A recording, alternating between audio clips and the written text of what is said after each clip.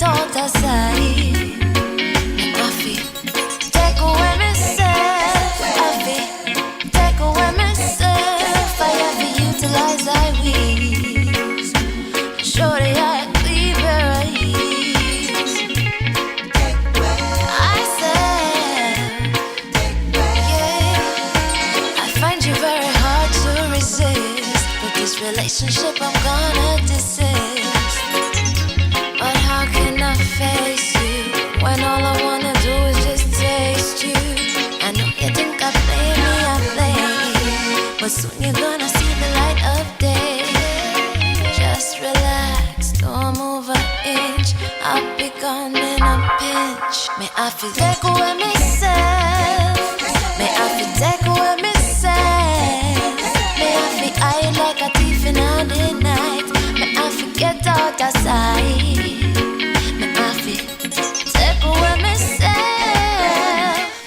Greetings, kings and queens. Welcome to another Real Stuff podcast. And today, we have another show for you. We have an important guest today. None other than Mr. James Eel. I can't even pronounce his last name. I don't know if you can pronounce it too Flaivus. But no, we know he's a Garifuna educator, writer, researcher, and he's also from Belize. I've written over 40 books. He will be here with us this morning, and he's gonna do the chat session. So in the meantime, if you got to get your favorite drink, whether it's your tea, your coffee, whatever beverage that you drink this time of the morning, it's time for you to go ahead, get it, or if you have to refill, go and refill. We'll be right back.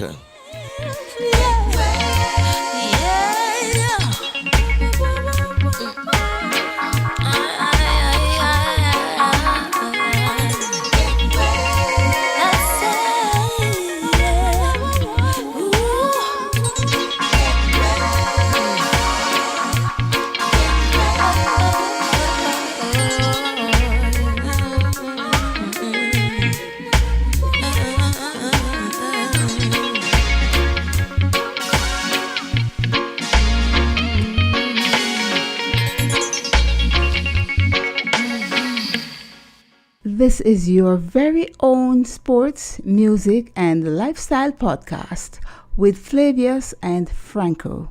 Welcome. Yes, again, welcome once again. This is Franco, and we have Flaivus on the line. Morning, Flaivus. Morning, Franco. Morning, listeners. Morning, viewers. Welcome to the Real Stuff podcast. Thank you for joining us this morning. So what's on your side, Franco? My side, as usual, you know it go. Corona is on the rise. It's marching. Pfizer, have come up with a 95%. Them say a vaccine that is effective 95%. It have some effect, along with another company who was also developing one. So it's two they have in the can. So now they're what we call it, planning the distribution, or who they're gonna be distributing to first, etc. The government is having their ring around, as we say, a ring around the rosy, because them know them pocket are go full of rosy. They're going to make a bag of money off of that. Plus there is also a self-test corona packet that you can purchase and test yourself and see if you're negative or you're positive. And that is like $100 and something dollars.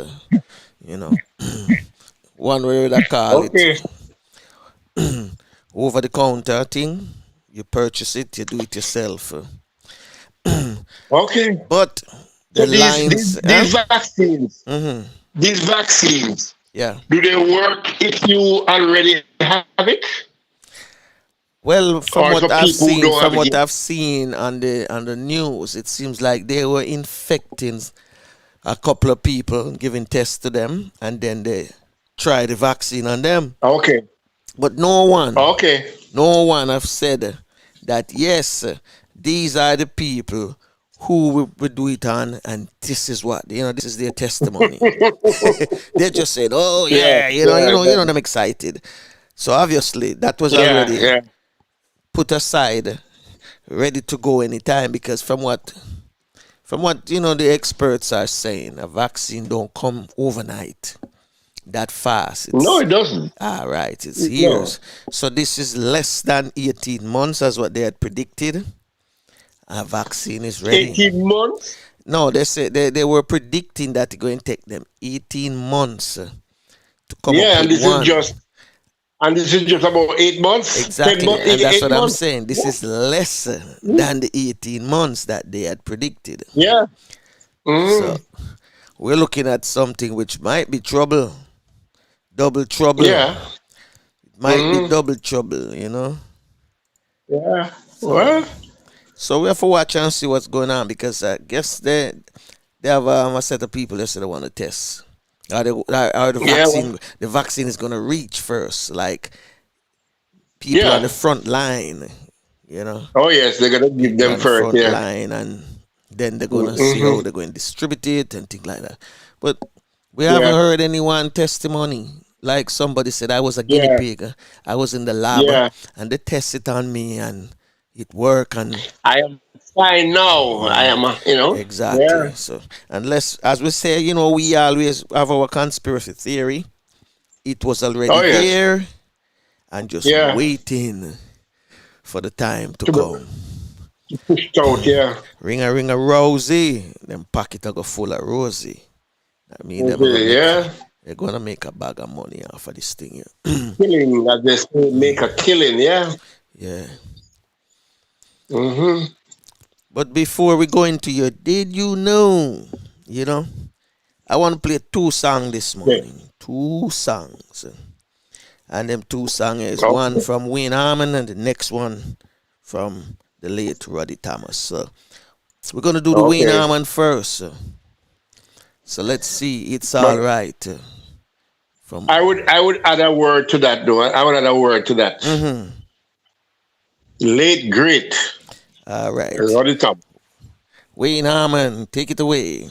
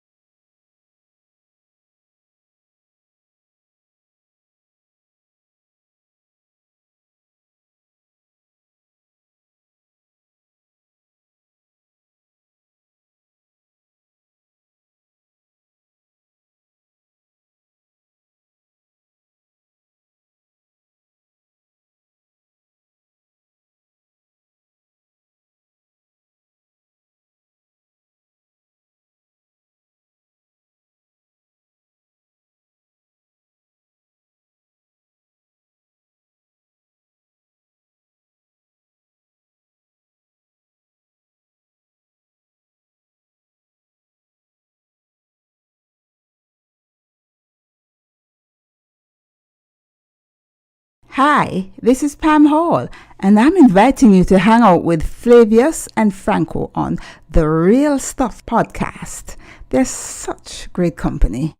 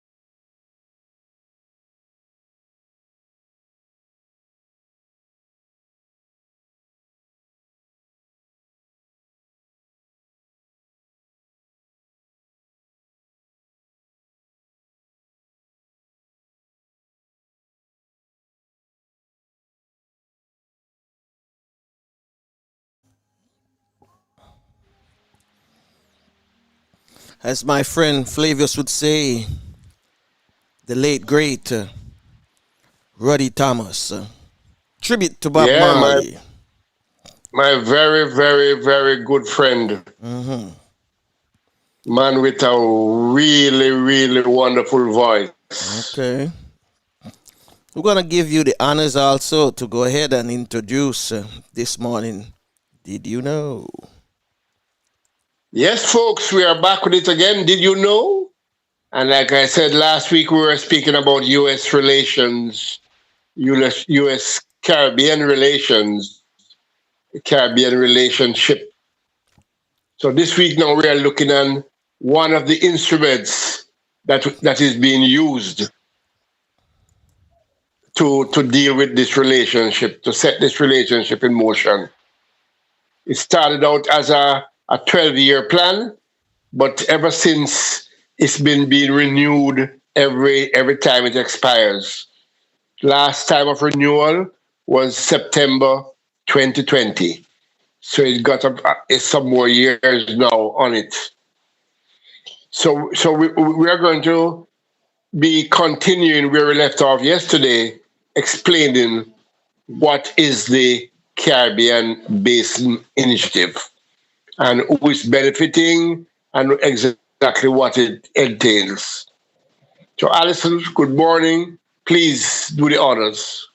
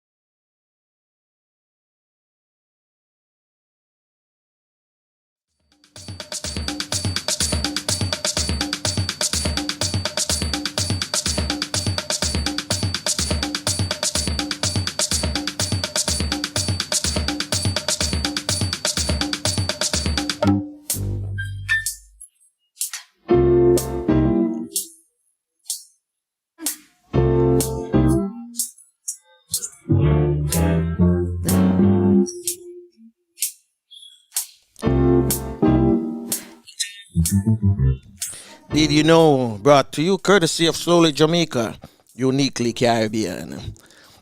So stay tuned for more Did You Know tomorrow morning, where we continue with more on the Caribbean Basin Initiative.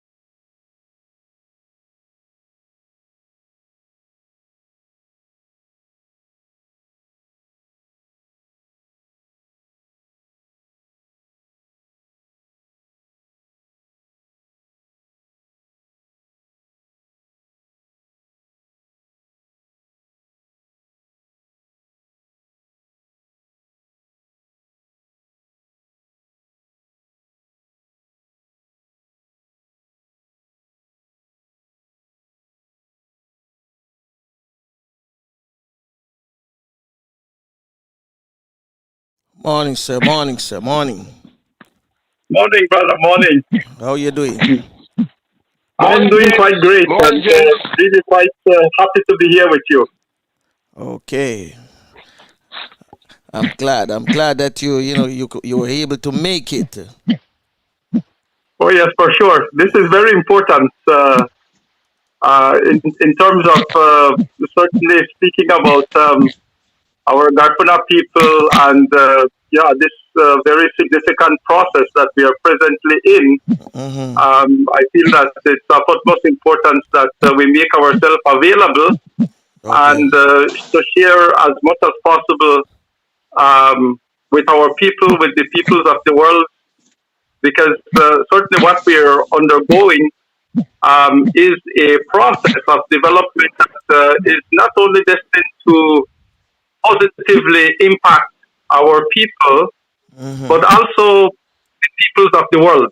It is in this context that we certainly are moving in connection with the Garifuna nation. Okay. So, Flaivus, take it away. Yeah, James. Could you start by just telling us a little about James, and then we move into the conference? Very good.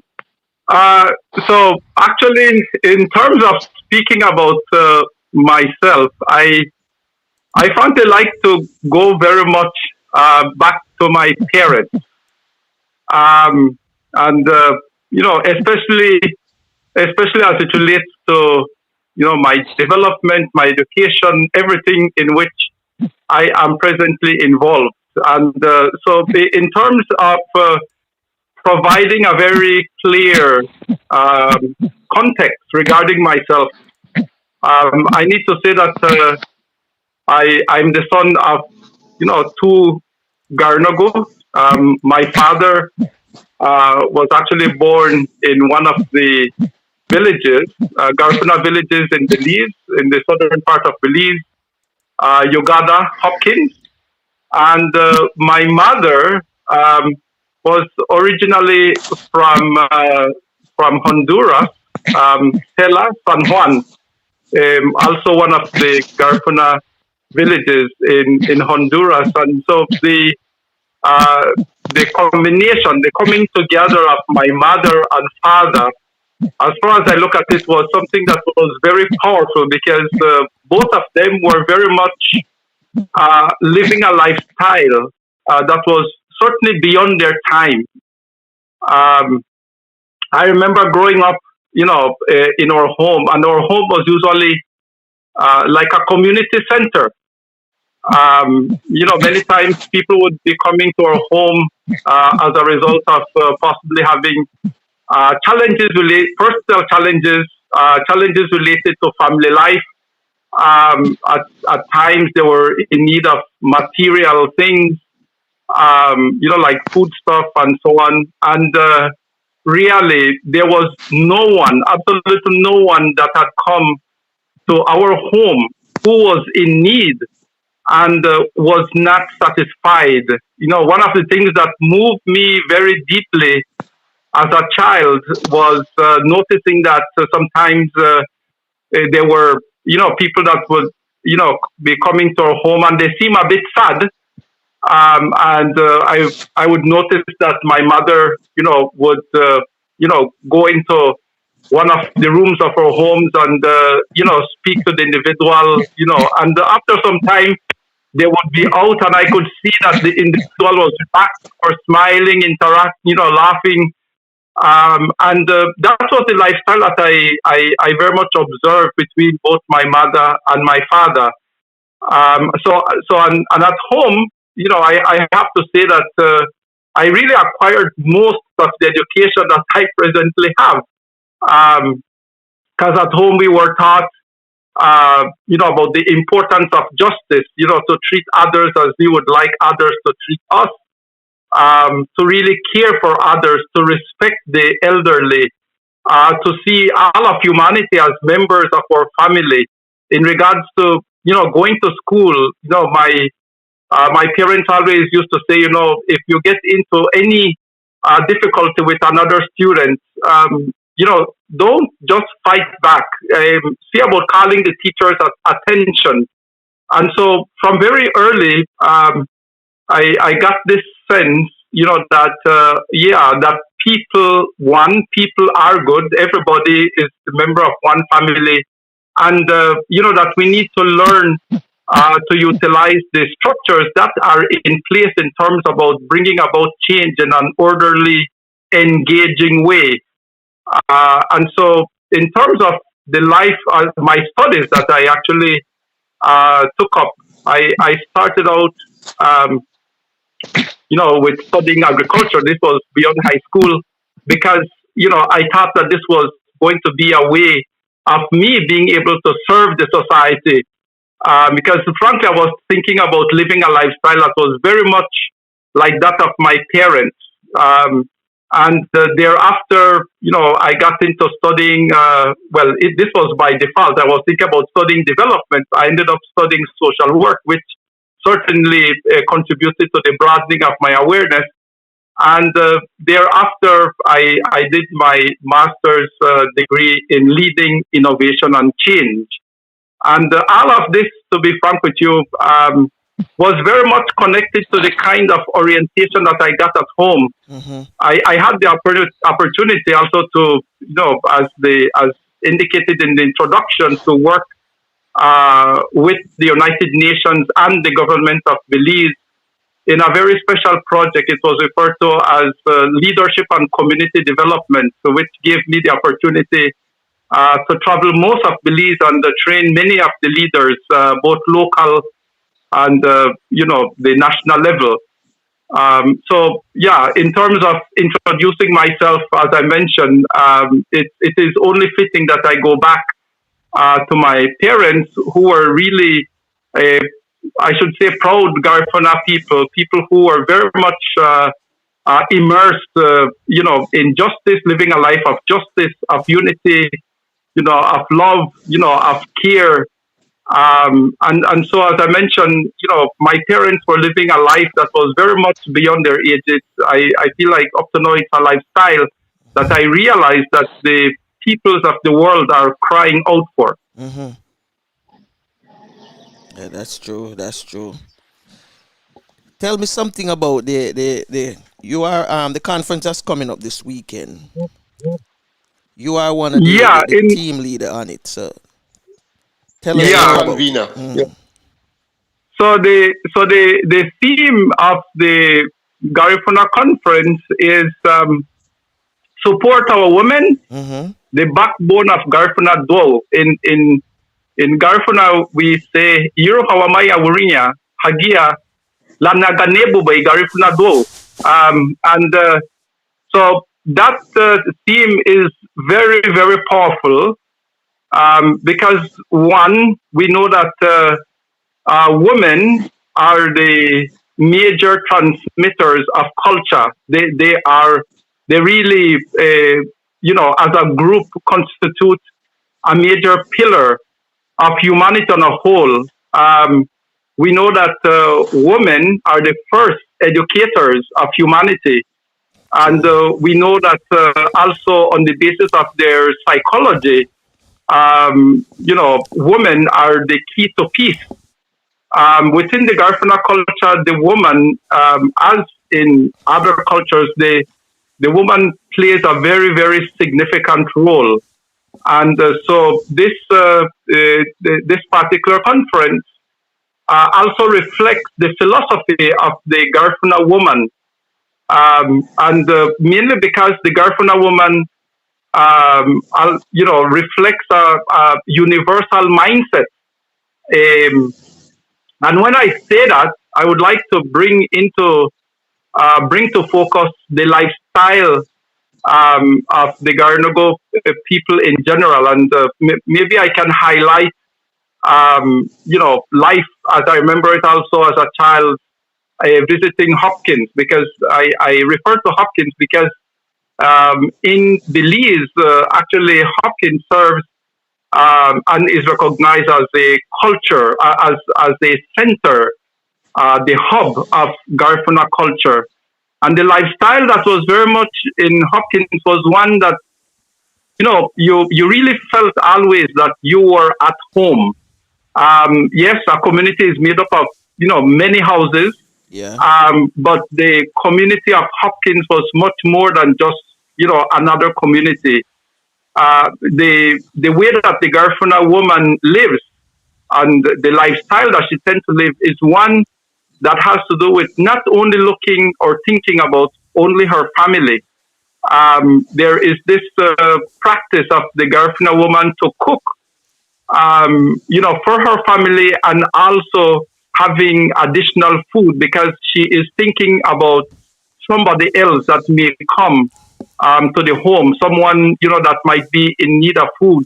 During this during the preparation for this conference, this Friday and Saturday, um, we had the opportunity to actually, go through different aspects of the conference itself. What will be actually experiencing in the conference, and one aspect of that was to really honor women. And so the facilitators, who were participating in this preparatory segment, they had the opportunity to share about the kind of experiences that they had at home with their mothers, with their grandmothers, and what came out of that very much was identifying the various qualities and virtues connected to the Garifuna woman, and a few of those qualities, virtues that were identified by the facilitators were included God fearing. That the Garifuna woman is God fearing. She's self-sufficient. She's hospitable. She is generous. She is harmonious, very much into creating peace and harmony. She is very nurturing, caring, loving, very innovative. She's everything. And so this is a message that the conference is very much into exploring, and so that we can see how do those qualities and virtues actually translate into practical life as it relates to socio-economic development, as it relates to health and well-being, as it relates to having land and cultivating it, as it relates to us being able to organize ourselves, and so that we are able to assist our people, whenever they're also facing difficulties in terms of hurricanes, natural disasters. And so, we're certainly looking at the Garifuna woman as a central exemplary being from whose, qualities and virtues we are able to build a wholesome lifestyle. So, and this should apply to every Garifuna community. James, I'm going to be honest with you. You are the first man that come on the show since we started. And Mother's Day passed and gone. And, we celebrate mothers and women. But you're the first man come on the show, and you have so much adjective to describe our woman. You understand me? And, I just love that. I love when a man can talk about a woman and put her into the heights where she deserves. You understand me? Whether she Garifuna woman or she Maroon or whatever, people, tribe she from, wherever. But I love that. I wish I was nearby you. The only thing I can do is just give you a round of applause for that. Because you big up the woman. Thank you very much, brother. You big up the woman them. That's all we must do them. We must appreciate them, love them, you understand, and give them honors, because celebrate them. Celebrate them, every time, Yep, them a creation. Exactly, brother.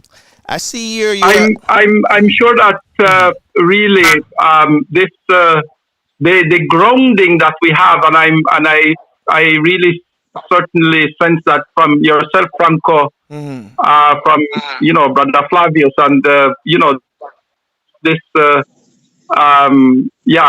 efforts that you're exerting to share knowledge related to our people and empowering not only our African people but certainly by way of your efforts here sensitizing the peoples of the world. I feel that really the more we are able to contribute, having women playing their role in humanity's affairs, it means that humanity will be able, on a whole, to progress onto its glorious destiny. We know that as a result of having women and the qualities that actually characterize them, there is a world rising, and definitely the Garinago people have a major contribution to make in this regard. I'm going to share something with you, brother.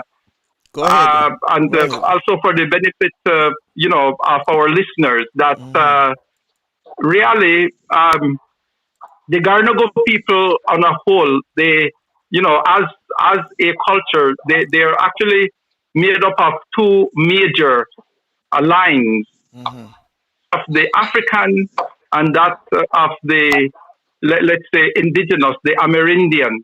And, just as has been indicated here, I happen to be an adherent of the Baha'i Faith.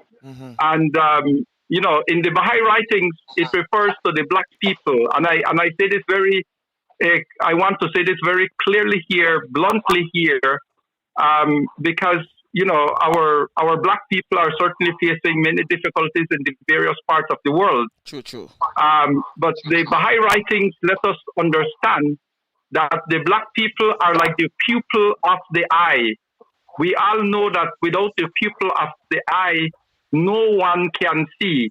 And this is something that is very, very empowering. And certainly each one of us really need to make effort that we understand this. It should be understood not only by black people, it should be understood by every member of the human race, because every group of people, every individual in this world has a particular role to play in the development of the rising new world order. And when I say new world order, I'm not speaking about I'm not having in mind the definition that is merely used when it's said from a political perspective. I'm speaking about a new world order that is based upon our collective consciousness.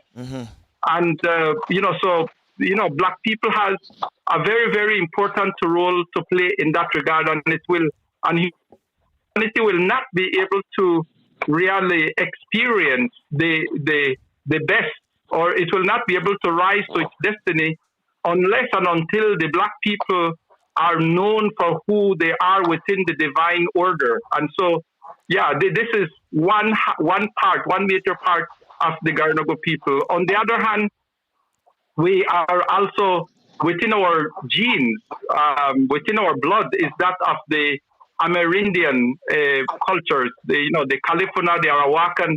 And regarding the indigenous people, the Baha'i writing says that when the indigenous peoples are actually properly educated, that they would become so illumined that they will illumine the whole earth. Now, just keeping this in mind, that the Garnago people actually has the blood of both the African and the Amerindian. And so within the context of this rising new world order, this spiritual new world order, the Garnago people on a whole has a very special role to play. And we need to look back into our history and recognize that the sufferings, the challenges that the Garnago people have been going through from one major perspective, the spiritual perspective, it's part of the preparation for the role that we are to play in the development of humanity on a whole, not only that for the Garifuna people. And so when I think about this process that we have been undergoing, preparing for this conference, laying down the foundation of our philosophy, a philosophy that is very much grounded in our collective consciousness, I see that as very, very significant in terms of the Garifuna people rising and to play their part in development, not only for the betterment of the Garifuna people, but for the whole world. Yes, you couldn't have said it any better. As one prolific singer-songwriter said, "Oh, good and how pleasant it is before God and man to see the unification of all Africans." Oh yes, Bob Marley. Yes. Yeah. Yes. So we know we scatter all over the universe. Oh yes, yeah. That day will come, my brother. That day will come. Well, actually, brother, we are experiencing it. It's. I feel that to be frank, I feel that development is a process, and this very process that we're going through, the Garnago people coming together, recognizing themselves as one cross-border nation, and having this conference at this particular time, having this conference, being very much focused on the Garifuna woman, and the conference itself manifesting the readiness of the Garifuna people to collaborate with others of like mind. Because again, you will note that the people that have been involved even in the preparation of this conference are not only Garifuna people. We have people of East Indian descent. We have Creole people. We have like yourselves. Brethren from Jamaica. We have people from France. All of these people will be very much involved in the conference, and it's important also to indicate that the conference being a part of the process that we are very much undertaking, because through the deliberations that will be taking place in the conference, focusing on these various major themes of development, socio-economic development, health and well-being, food sovereignty, all of these will be reflected in projects that will be undertaken. It will also, lead into our writing our story, because we know the saying about history, his story. Yes. We need to certainly write our story from the depth of our being, from the passion of our reality, and from the qualities and virtues that actually characterize our people, because we know that once your history is written by someone else, that history certainly can, the best it can be is essentially maybe an informed opinion, but it is not exactly, it doesn't exactly reflect the essence, the grounding of that people who are typically written about. And so, the Garnago people also will be taking into their hands the opportunity and the responsibility to put their history into proper perspective. And so, really, the process is ongoing. The people's, the Garnago will continue to be exerting their influence by way of the learning, that will continue to be going through, and collaboration even with brothers like yourself, like Brother Flaivus and others who are on this path, who are on this journey with us. Yeah, well, those are from a Flaivus' famous words.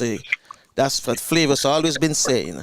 We must write our own history. It's time for us to write our own history and stop making other people write it for us, because what they have written is not true.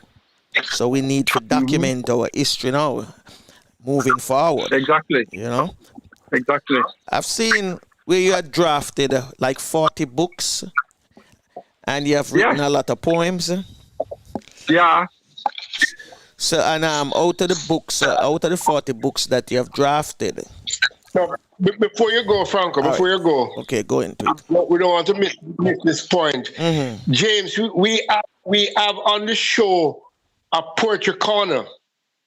So we want to invite you one Thursday to give us a couple of your poems. It's a half an hour program. You steal that from me, man. Oh yeah. I was gonna ask him too. See, just box it out of my mouth. So we definitely. Well, you have everything here, so you can go back to the books now. Yes. No, about the books, James. You are very much in tune, Franco and Flaivus. Very much in tune. Oh yeah. Because now that we have cemented you into our poetry corner, officially. We have cemented you. So even if you cannot make it on a Thursday to come and, recite some of your poems, you can send them to us and we will read them, likewise. Or you could record them. Or you could record them. You can send it by audio voice to us, and we can play them. It's nice when you are live. It's nice when you are live because then you can also comment. Yeah, we can certainly arrange for that for sure. I'll be certainly happy. Again, just as you have cemented me into your circle, you are also cemented into my circle. We're in one circle. Oh yes, we have cemented each other. Yes. So and I must also tell you that we are, as we speak, in the process of putting together a poetry website where we'll be displaying poems, audio and written, both together. Great. So that's wonderful. That will be up early December. That's already early December. Certainly. Well, we're certainly connected, brothers. We are certainly connected.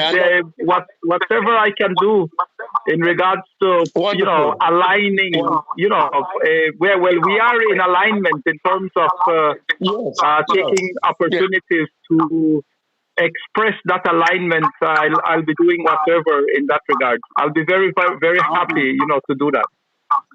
Wonderful. Yes, James. Franco. James. Go ahead. No. Finish up. No, not finish. I said we have been delaying you. Oh, so your time now. No. I'm waiting patiently. That's one of my virtue. Anyway, so James, what I want to ask, the difference between your draft. You've drafted over 40 books, right? Does it mean they are also published, or is the draft is just there but not published yet? Well, it's a very good question. So the drafts that I have, they are the books, that I have not yet published. Mm-hmm. So, it's only a small number, a minuscule number that I have published, and others are yet pending because, to be frank with you, I tend to be very much involved with several things. Mm-hmm. even as I'm involved with, our, Garifuna movement at this time. Uh-huh. I'm also very much involved with the development of the Baha'i community of Belize, essentially carrying forward a similar kind of process because, Brother Franco, I feel very comfortable sharing this with the both of you because I'm sure that we are all spiritually centered. Mm-hmm. The process that I have been very much concentrated on from my early years has been to promote the understanding that we as a people, humanity on a whole, we know that we are created in the likeness of God, but this understanding is something that has been, as me and you, everybody knows, has been rather limited. We find ourselves in situations where we know that we need to focus a lot more in understanding what does it mean to have been created in the image and likeness of God. Okay. And so, my efforts have been very much, to explore that concept. And, as I share with you, really, entering into the Baha'i cause, getting into the Baha'i writings and finding many things that are directly related to our time, to this phase of human evolution, this global phase. It certainly strengthens me to a great extent, especially since we can find ourselves, as I mentioned again, as Black people, as indigenous peoples, we can find ourselves in the divine order. We are written into it in a very specific, plain way. And I feel that our mission in this world has to be given as much attention as we are to give it, because nobody else can function in our place as pupils of the eye. It means that God has ordained. Yes. God has ordained that the Black people will serve as visionaries in this world. True. And we know that the preparation to take up that mantle is very much reflected in the kind of sufferings that Black people, in some ways, we can say, continue to undergo as well. But that suffering needs to be put into perspective. It needs to be put into the perspective of the divine order and the mission that we are. And really, so this spirituality that we share, brothers, it's not by chance. It is directly connected to the role that we are called to play in terms of mobilizing the world. And in connection to that, I would just like to say this one thing, and I know that we all here will understand this. Who is the truly free human being that can cause suffering to another human being? It is impossible.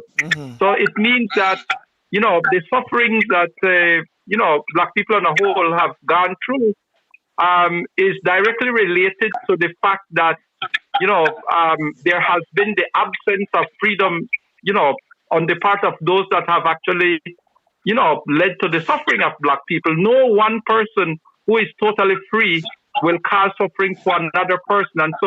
And we also know that no other person can really be passionate about bringing about justice other than someone that has actually experienced much injustice. That's true. So we need to see ourselves within the context of the divine order. And I can share this story with you. The Garifuna story also reflects this to a great extent. I'm sure that as you get to interact with Garifuna people and they share their history, you will get to hear about the attempt, to really get rid of, all the Garnago people from off St. Vincent. They were actually carried to a nearby island called the Baliso, where nothing grows. And so this was in 1794, following, a number of skirmishes that the Garnago people had, preventing themselves from being enslaved. So there were many of these what are referred to as guerrilla warfare. Yes. And after some time, they were rounded up, and about close to 5,000 of them were carried onto this island of Baliso, where nothing grows. I think Egbert gave really us a history of it. And it was a blessing that the Garnago people always carried with them food. So cassava was the thing, that they had to be feeding on. But if you do not have water, that and just eating cassava, that can be very, very difficult. About half of the population of the people that were gathered died on Baliso.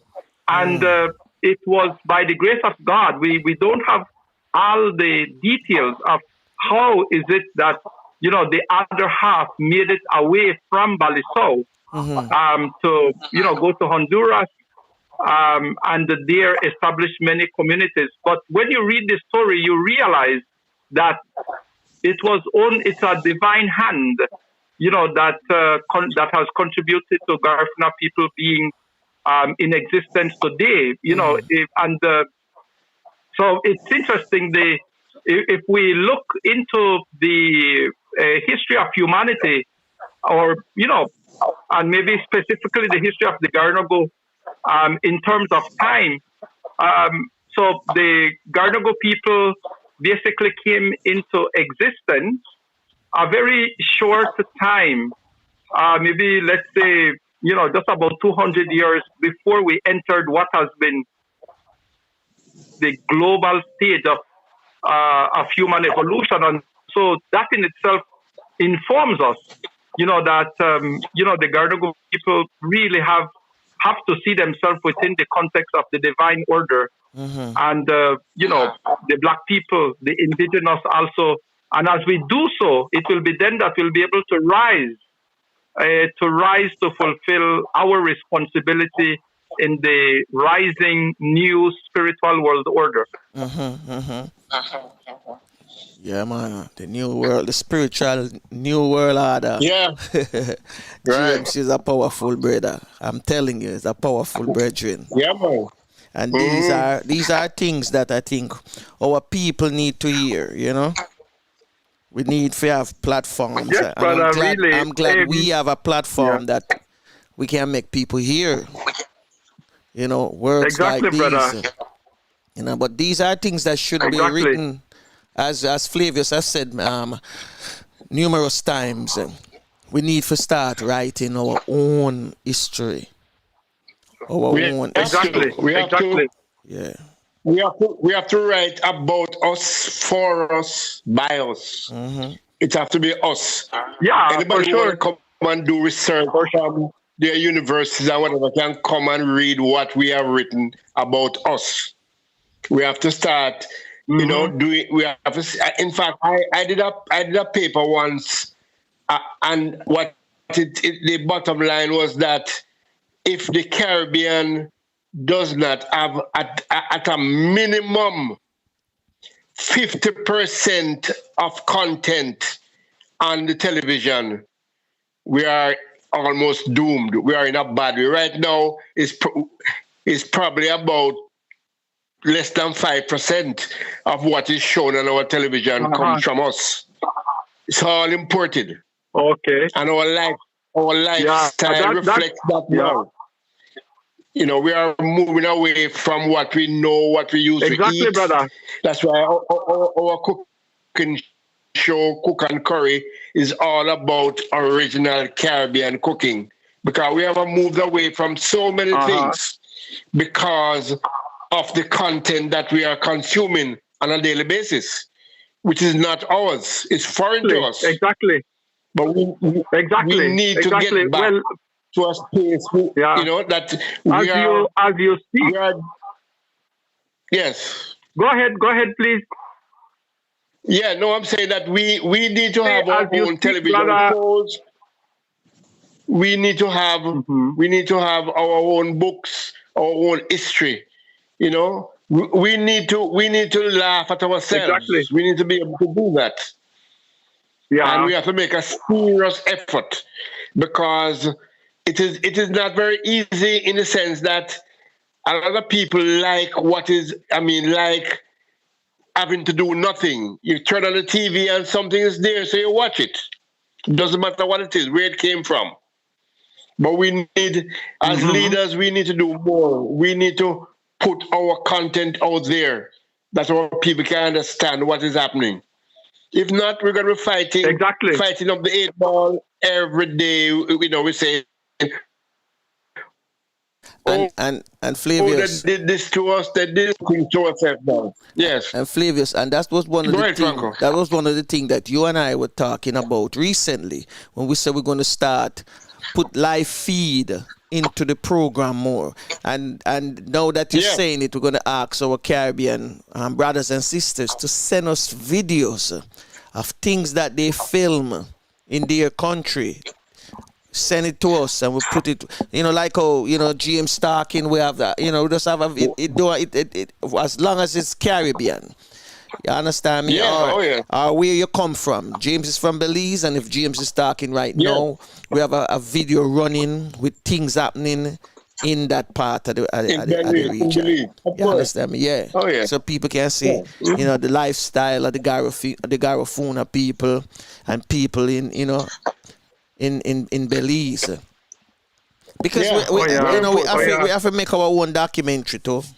Everything we have to do. We certainly need to. As we speak, I believe that something that is of utmost importance and and definitely in terms of the information that we make available. A lot of this, will need to, really contribute to as much as we can. Is this reconnecting to, what we call our soul? Because I'm sure that really even here and now as we speak, we are connecting. We are soul level. We are connecting on the basis of our oneness, our essential oneness. And as Brother Flavius knows, the way that I had assisted to put together, basically put this preparatory process that we have gone through, has been to make it known that, we have a collective consciousness from which we are to draw. Mm-hmm. And, the more we draw from that, which I like to refer to it as the philosophy of our soul. The more we can draw from, the more we will discover, the more we will actually relish the kind of connection, that we actually already share at the level of our essence, but to bring that onto the level of our daily life, Brother, Franco, in terms of the process that we have gone through in the preparation, the facilitators, is that, we ask the question, what are the qualities and virtues of the kind of team that you want us to be? Yes. What are the qualities and virtues related to your idea? What are the qualities and virtues you associate with Garifuna Duo? What are the qualities, virtues you associate with the Garifuna woman? And so in that way, what we did, was actually establish the foundation of our philosophy for the movement. And what that process is all about is actually drawing collective consciousness. And we know that, when we indigenous life, the life, collective life of early humanity, there was much reflection of this being very much more, connected with the spirit. And I feel like that is something that we very much need to draw upon, because that's something that will really pull us together. When we understand the philosophy of the soul, one Garifuna woman during this process was referring to it as the philosophy of the heart.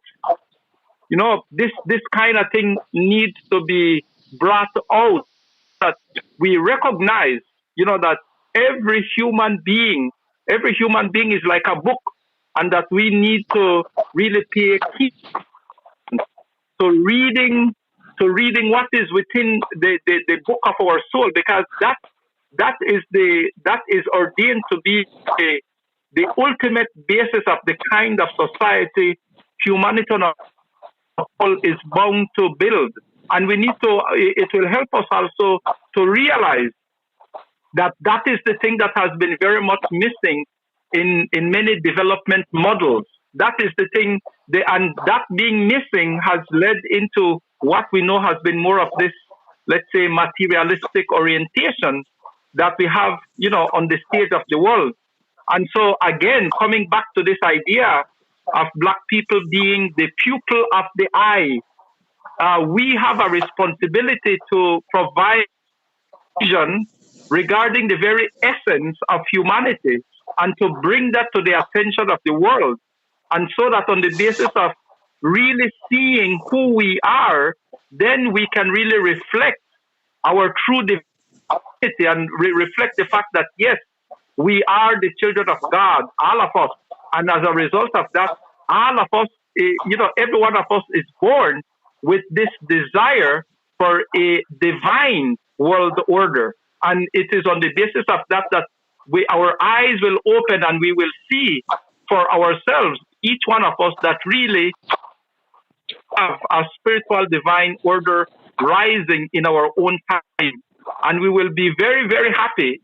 Every human being, once they recognize, be happy to more collaborate with each other and raise and build that ideal world that every one of us.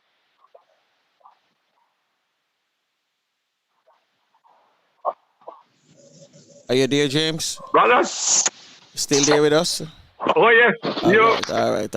Yes, I don't know if if we got a bit disconnected. No, I thought so. I thought we had lost you, but you're still with us.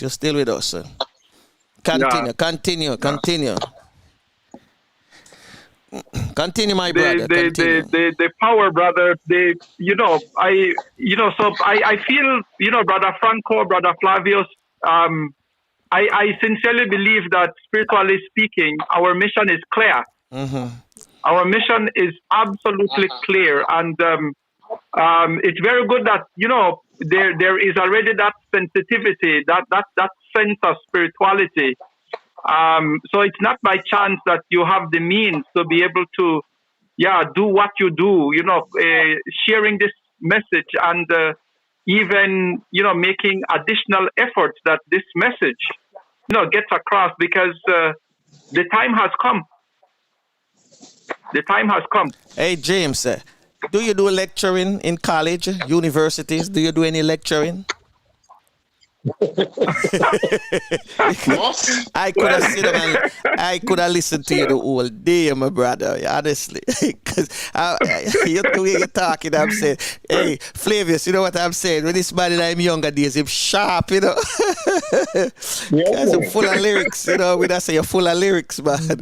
Because I was just thinking, if you were back in Belize, if you have, would have see yourself in politics and things like that, Because these are, when you're talking and I'm listening to you, and I'm like, this man sound like a version, a Nelson Mandela, Martin Luther King mixed up in one, Yeah, man. Michael Manley. Michael Manley. Yes.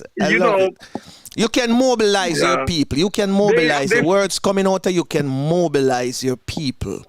You understand me? And if you look around us, we don't have no great black leaders right now. And this is the time where we need them.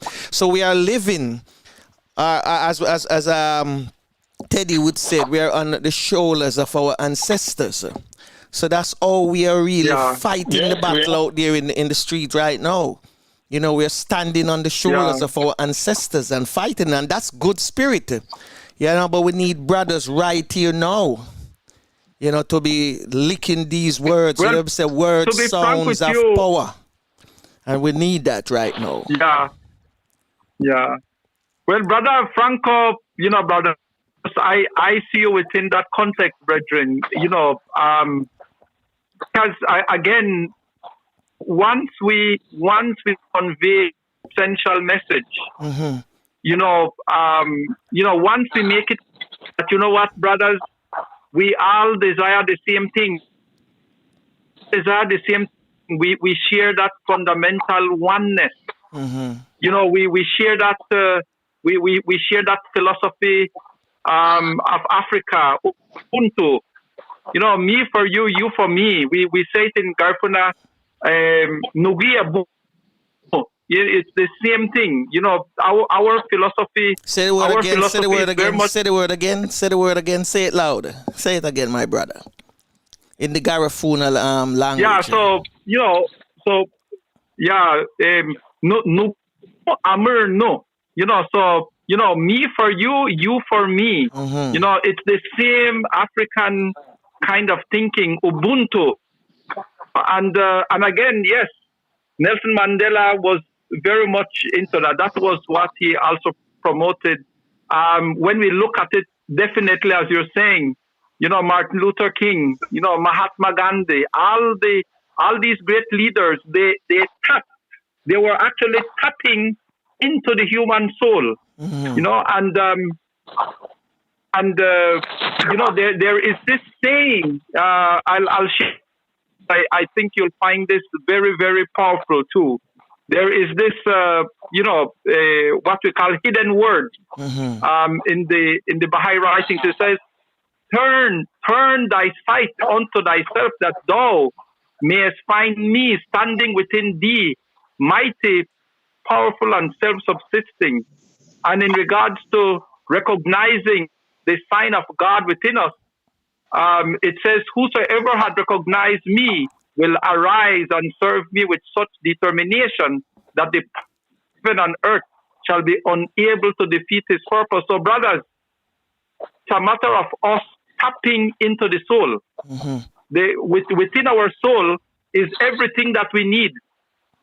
And once we identify that, once we identify that oneness, the oneness of the philosophy of our soul, the oneness of the philosophy of our heart, once we recognize that oneness of humanity, the kind of unity and the bonds that we will share will be one that will definitely contribute to getting rid of, the kind of problems that exist in the world. Because I believe that it is very easy for us to know that the major disease of the world is disunity. This unity is very much an antithesis.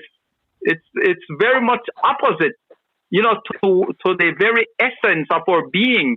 The essence of our being is like one force that is, carrying humanity from one phase of development and maturity to a higher phase.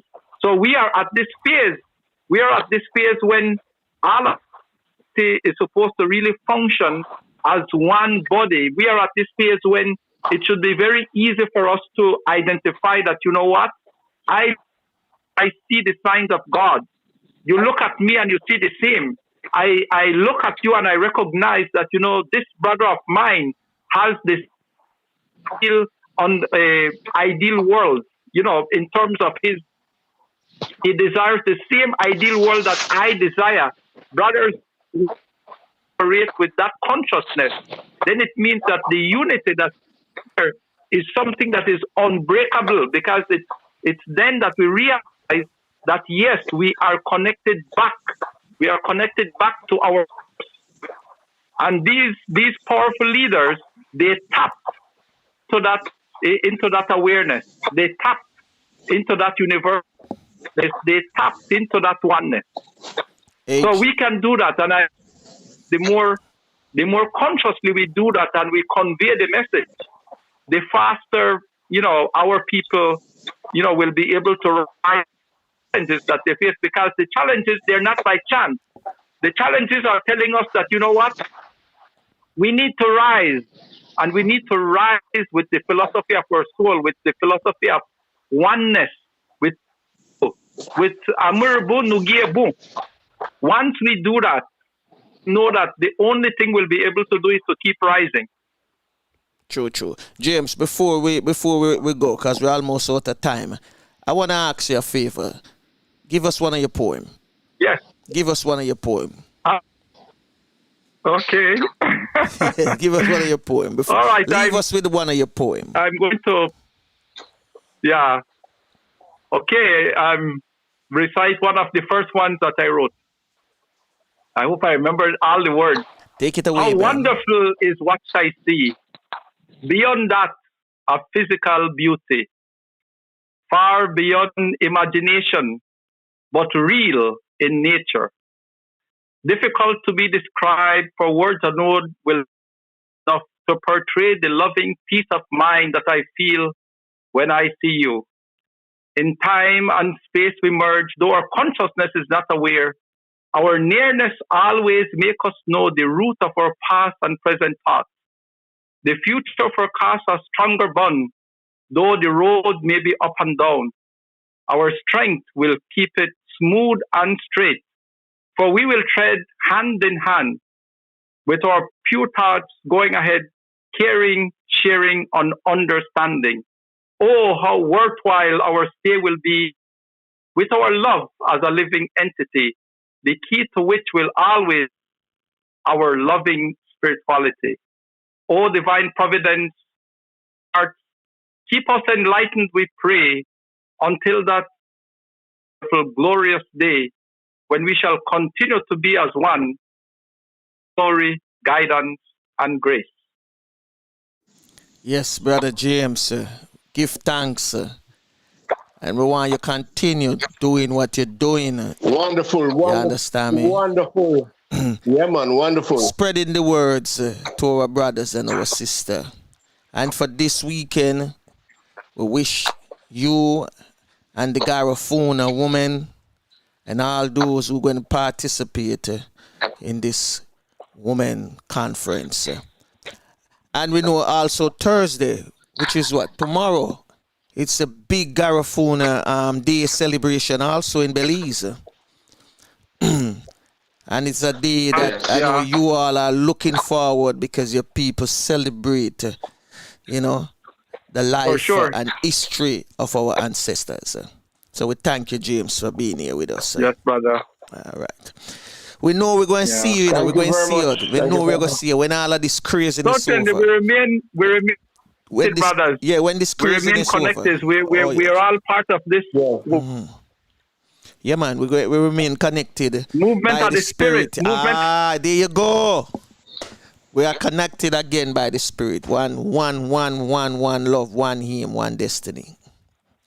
Yeah, man, when this craziness is over, man, we're going to meet face to face.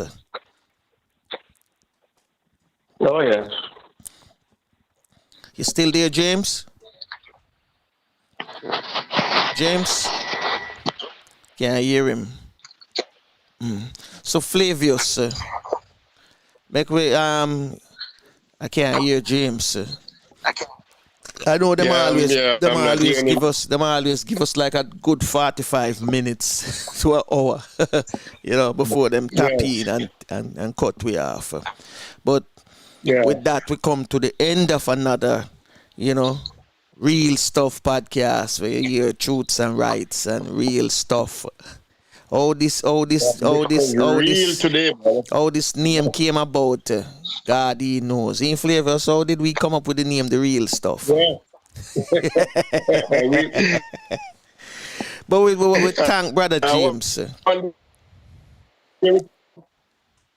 One day it was wonderful. It was really, really, really earth-shaking, talking about the Garifuna people and, their conference this weekend, coming of age. Wonderful, wonderful, wonderful. But the way he spoke about the coming together of the two indigenous people, the black people and the Aboriginals. Let me see if me think the same thing. Go on, talk. And creating something very, very special. Okay. I mean, it's very obvious that the Garifuna people are very special people. Oh, yes, very man. Special Oh, yes.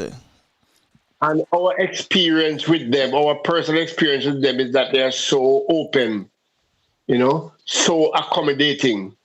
And that is wonderful. Really, really. They make you feel comfortable and they make you feel at home.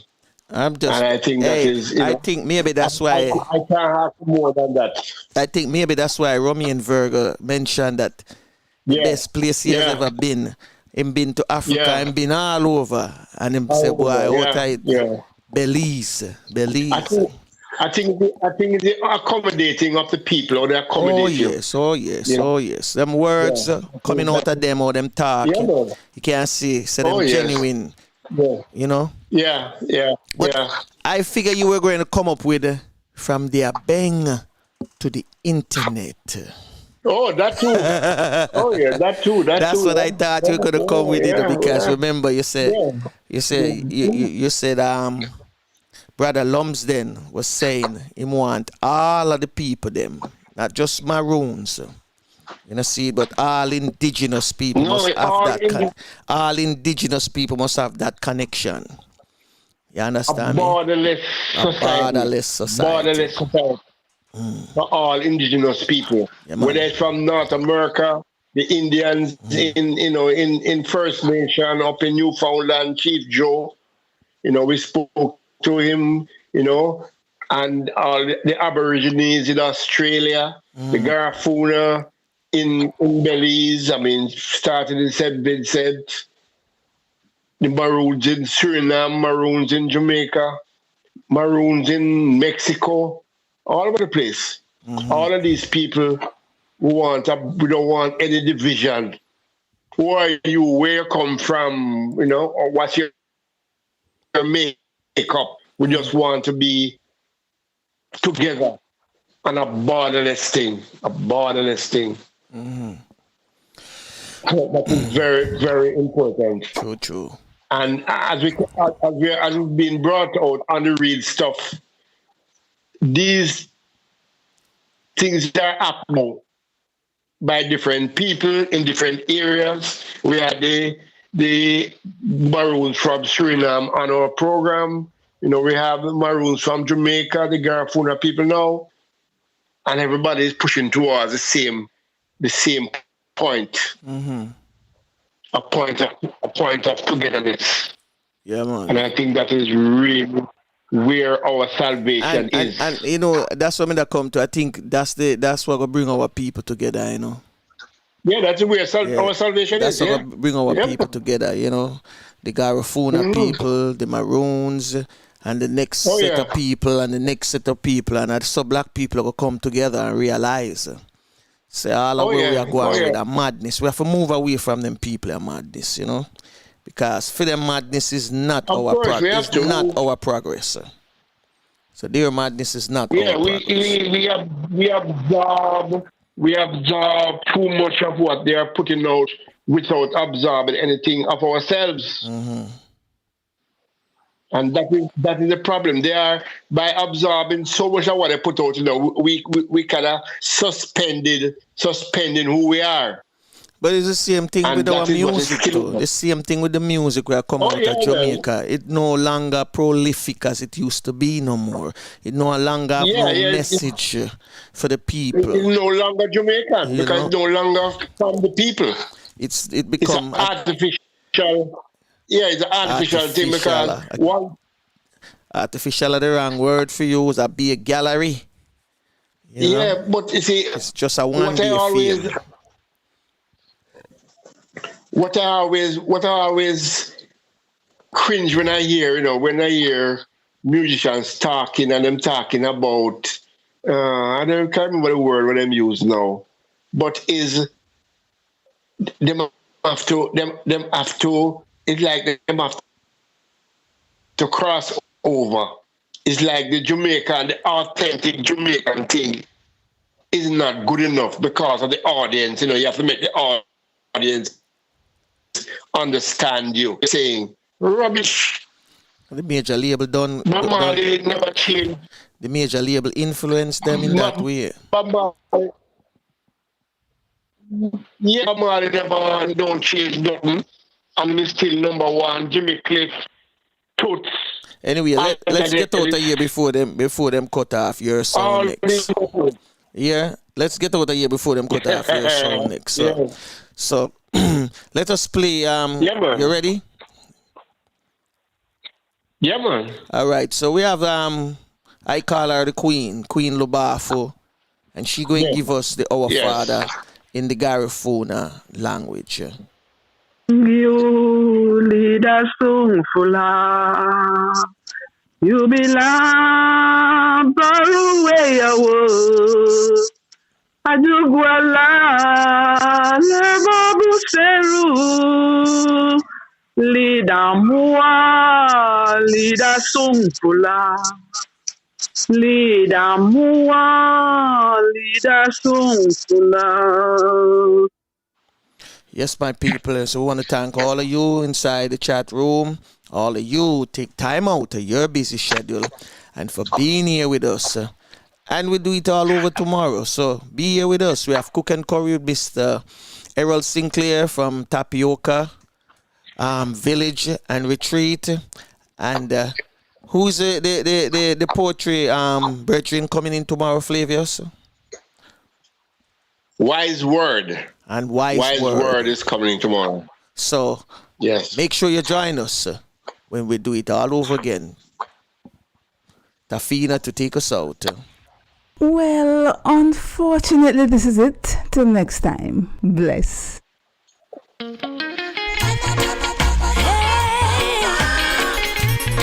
whoa.